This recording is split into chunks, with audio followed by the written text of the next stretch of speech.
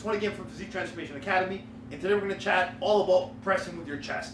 Now, you can do presses with a barbell, with a dumbbell, with a machine, with cables, and today we're going to see some of those different variations. So they all have similar principles, which is going to be we want to activate the pecs as much as possible.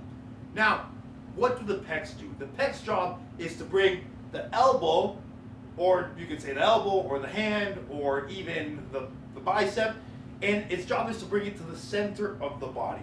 So a full stretch pec is all the way out here, and a fully contracted pec is going to be somewhat in the midline. So for example, with a barbell, you're going to have your hands slightly out, so you may not actually reach that fully shortened position, but what you want to do is you want to activate as much as possible by keeping the intent of bringing that barbell in. So even though the barbell is not physically moving in or your hands are not moving in, you can still do this by contracting.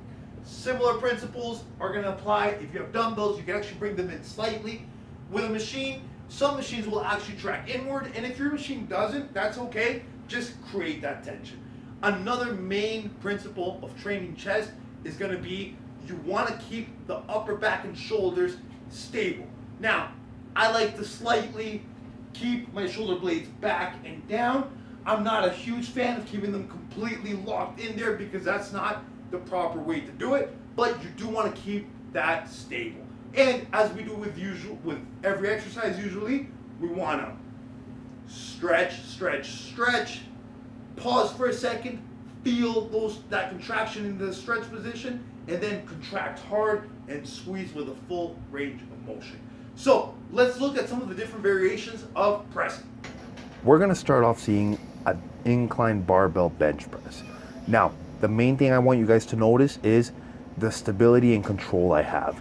As I come down, I like to keep my elbows nice and tight to my sides at about probably a 60 to 70 degree angle, and I'm creating tension the entire time by pretending or having the intent of bringing my hands in towards each other. I squeeze that bar as hard as possible, and that motion of bringing the hands towards each other with the elbows is going to help you really contract and light up the pecs. Now, as we're going to notice here in the machine press, I want you guys to notice my shoulder blades, how they're nice and tight to the bench.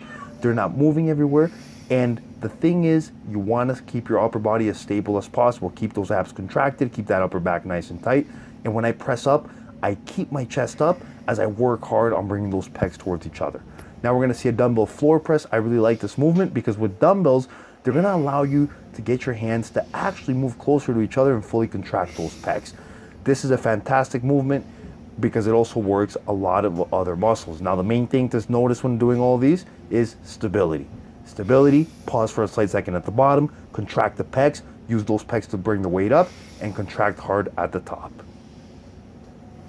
So guys, as we saw, those are the variations of pressing. We saw an incline barbell bench press, we saw a machine press, we saw a dumbbell floor press, and they all have different benefits. It's always good to switch things up, but remember, the main principles are keep the shoulder blades back and stable.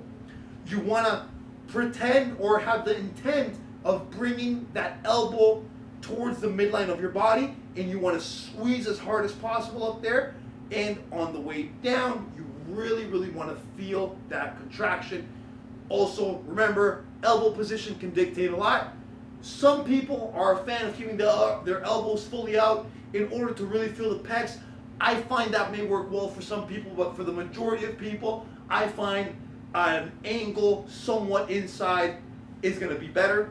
Even though some people say that'll activate your triceps a little bit more, and it is true anatomically, it may, but I find if you go too far out, you risk injury, and you're also putting a lot of stress that you don't want onto the shoulders. So I like keeping them in at perhaps a 60 degree angle or so. Make sure to do the bench press or other pressing variations safely, and if you do them properly, you're going to see some awesome growth.